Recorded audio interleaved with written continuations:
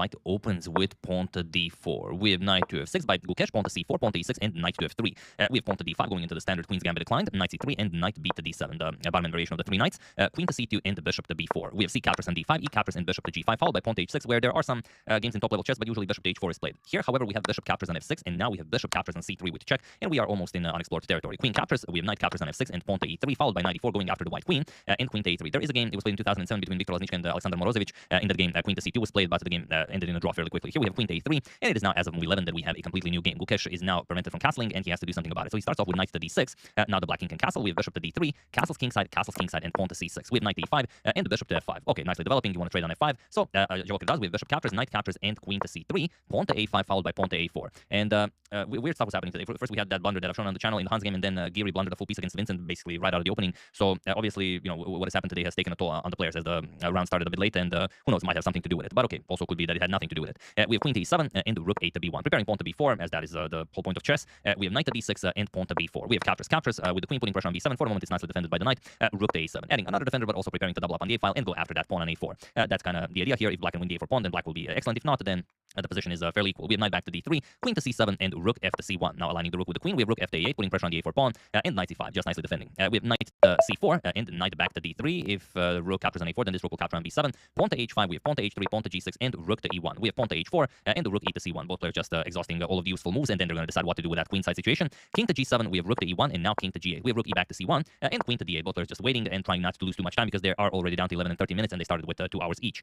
We have after rook e to c1, queen d8, we have knight to e5, offering a trade of knights, and knight to d6. Gukesh declines. We have rook to a1 and knight to e4. Rook to a2, preparing also to double up on the a file, or b or c, all depending on what Gukesh plays. We have queen to d6, offering a queen trade, and Joker declines. Queen to b6. We have queen to e7 and queen back to b3. Rook to a5, and now knight back to d3. We have pawn to b5. Now you cannot capture on b5 as the rook on a2 is undefended. So rook c to a1, just nicely defending. Now the a4 pawn is defended 3 times. Queen to a7. Gukesh triples up on the a file, and queen back to c2. We have b captures on a4, and now knight to b4. Here, capturing the c pawn is actually the way to go and is the safest thing to do. But here, Joker plays knight b4. He wants to capture with a fork, and now we have queen to b7. Rook captures on a4, and this is where the magic happens. Gukesh sacrifices his queen. He plays queen captures on b4, and who knows what the idea behind this is. But now, when you look at the position, it seems like there is something, because you have to capture the queen. If you don't capture the queen, you're just dead lost. So rook captures on b4 and rook captures on a1 check, king h2, and now king to g7, getting the king to safety and pairing checkmating attack. It would seem the f2 pawn will fall. Probably rook comes to h or something. Knight captures on f2. You deliver rook to h1 checkmate. The g3 pawn is square is covered by the pawn, or you don't even have to do it that way. There are many ways you can reach that king. It all depends on what Joker plays. So here we have rook to b7, and you know what's coming. Queen captures on c6 is one of the ideas, and rook captures on f7 is the other. So can he survive Gukesh's attack? And indeed, Gukesh could easily mess up. If he goes after the queen, seems like it's winning on the spot.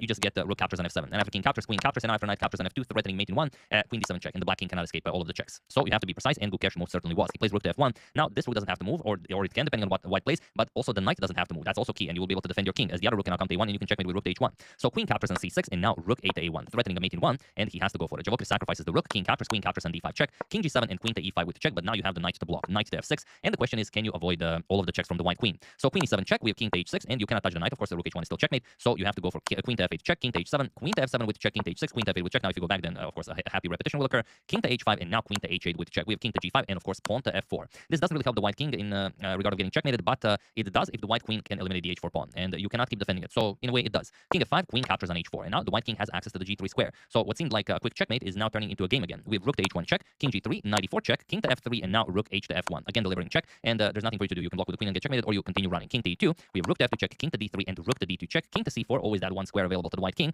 Rook to c1 with check. We have king to b3 and rook to c3 check. We have king to b4, rook to b2 check, and king to a4. And now what do you play here? Rook to a2 check. They repeat it once. We have king to b4, rook to b2 check, king to a4, and now rook captures on e3. You can actually go for rook to c1, but both of them are already low on time, especially Gukesh, less than 2 minutes on the clock, and you have to see that you will be able to escape with the king. For example, d5 check, king captures, queen to d8 with check, knight to d6, and now after no more checks can be given, let's say you go king to a3, now you even have some funny stuff like rook b6, where if the rook is captured, knight to c4 comes with a fork, or if you go, for example, queen a8 check, king to c4, queen to a4 with check, now king to d3, and after queen to d4 check, king e2, and now no more checks, and white is getting